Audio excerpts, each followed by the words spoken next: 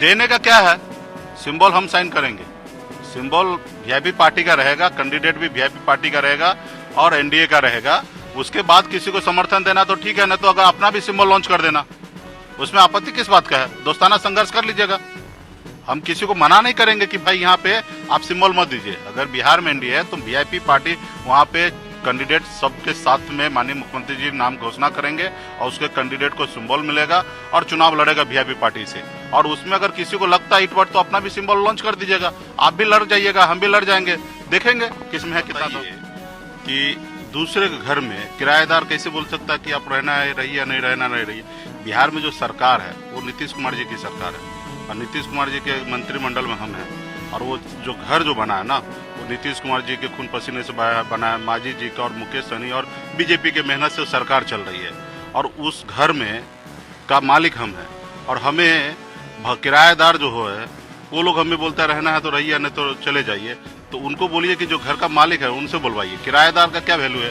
तो इसलिए वो लोग लोडर लोगों के बारे में नहीं बात करेंगे तो ज़्यादा अच्छा है। मैं तो बीजेपी के टॉप लीडरशिप को कहूँगा कि ऐसे लोडर को, जिनको आगे पीछे नहीं समझदारी है ना, ऐसे लोगों को डब्बा में बंद करके रखिए, नहीं तो इससे आने वाले समय में बहुत नुकसान होगा। बिहार के जनता से जो वादा किए कि डबल इंजन की सरकार बनने से हमें ये फायदा होगा, तो वो काम कीजिए, ना ही कि ये सब उलूल जुलूल बयान दीजिए।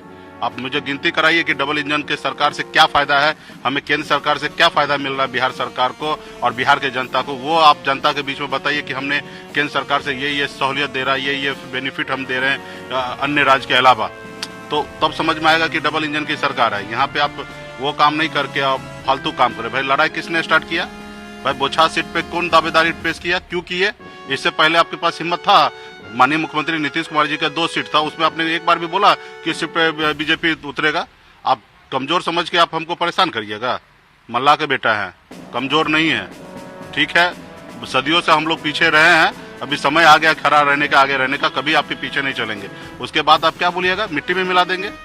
ये हिम्मत है तो आप अन्य पार्टी को बोलिए, जो जेडीयू भी तो चुनाव लड़ने के लिए जा रहा है, उनको बोल दीजिए कि मिट्टी में मिला देंगे अगर चुनाव लड़िएगा तो।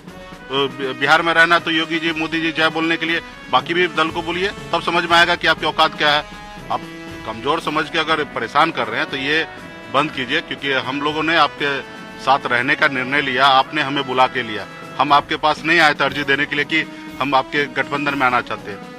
आप अपने दिल्ली के नेता से पूछ लीजिए, आप लोगों ने हमें लाया, हम तो अकेले चुनाव लड़ने के लिए जा रहे थे 2020 में। तो ये सब बयानबाजी बंद कीजिए और अपना काम कीजिए, और हमें जो काम करना है वो हम करके रहेंगे। उत्तर प्रदेश में 165 सीट पे निर्णय ले लिया, तो 165 सीट पे चुनाव लड़ना है और अपने दम पे लड़ना, अकेले लड़ना है। आपको नहीं लगता है कि इससे कहीं ना कहीं आपकी जो यहाँ पे बिहार सरकार में मंत्री हैं, बीजेपी से इस तरह से दुश्मनी लेंगे तो आपके लिए सही नहीं रहेगा? नहीं, मुझे कोई तकलीफ नहीं है। बीजेपी का टॉप लीडर जो सोचना सोच ले।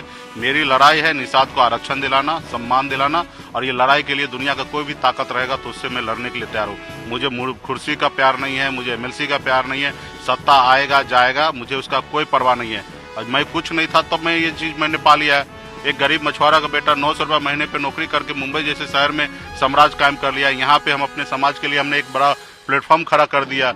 हमें किस चीज का एहसास है? आज 4 है, कल यही समाज हमें 40 पहुंचाएंगे। और हम संघर्ष करने वाले लोग हैं, गरीब समाज से हैं, हम संघर्ष करेंगे, मिट्टी में मिल जाएंगे, लेकिन ऐसे लोगों के सामने कभी नहीं झुकेंगे। यही 4 पे सवाल उठता है कि बीजेपी वाले का कहना है कि जो 4 है उसमें से 3 तो उनके। अरे ले लीजिए ना, आपको लगता है कि आपके साथ है तो ले लीजिए। अभी जाइए चुनाव आयोग की वेबसाइट पे देखिए कि किनके साथ है, और आपको लगता है कि लेने का तो ले लीजिए। फिर उसके लिए बोल क्यों रहे, किसी को डरा किस लिए रहे? विधायक जाने, विधायक से सब पार्टी चलता है। पार्टी राज्य के जनता और पार्टी के जो सपोर्टर है उनके सब दल चलता है। बिहार के जनता, ये जो विधायक जितने भी जीत के आते हैं वो उस पार्टी के विचारधारा से जीत के आते हैं, और हमारे विधायक मजबूती से बीजेपी पार्टी के साथ है। अगर जाना रहता तो आज से 20-15 महीना पहले चला गया रहता। मजबूती से पार्टी के साथ खड़ा है, जब भी जरूरी पड़ेगा तो आएंगे। इससे पहले भी लखनऊ में जब पार्टी लॉन्च हुआ तो सारे 4 विधायक वहां पे लॉन्च में पार्टी लॉन्च करके सबकी सहमति से उत्तर प्रदेश में पार्टी लॉन्च हुआ है, और खुद गए थे लखनऊ में जाके प्रेस कॉन्फ्रेंस किए थे। और मुझे इस सब की परवाह नहीं है। पार्टी के लाखों कार्यकर्ता, हजारों पदाधिकारी दिन रात काम कर रहा, उससे पार्टी चलता है। विधायक मंत्री आएंगे जाएंगे, ये सब चीज होते रहता है, ये जो अस्थायी नहीं है। लेकिन पार्टी का जो विचारधारा वो हमेशा अस्थायी रहना चाहिए, ताकि जनता और आपके समर्थक आपके साथ रहे। अगर मान लीजिए आपको 50 सीट नहीं दी जाती, बीजेपी दावेदारी कर देती है, तो क्या इसके बाद भी आप रहेंगे? देने का क्या है, सिंबल हम साइन करेंगे।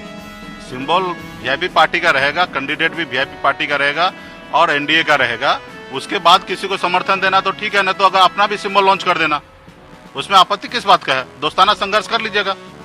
हम किसी को मना नहीं करेंगे कि भाई यहाँ पे आप सिंबल मत दीजिए। अगर बिहार में एनडीए है तो वीआईपी पार्टी वहाँ पे कैंडिडेट सबके साथ में माननीय मुख्यमंत्री जी नाम घोषणा करेंगे और उसके कैंडिडेट को सिंबल मिलेगा और चुनाव लड़ेगा वीआईपी पार्टी से।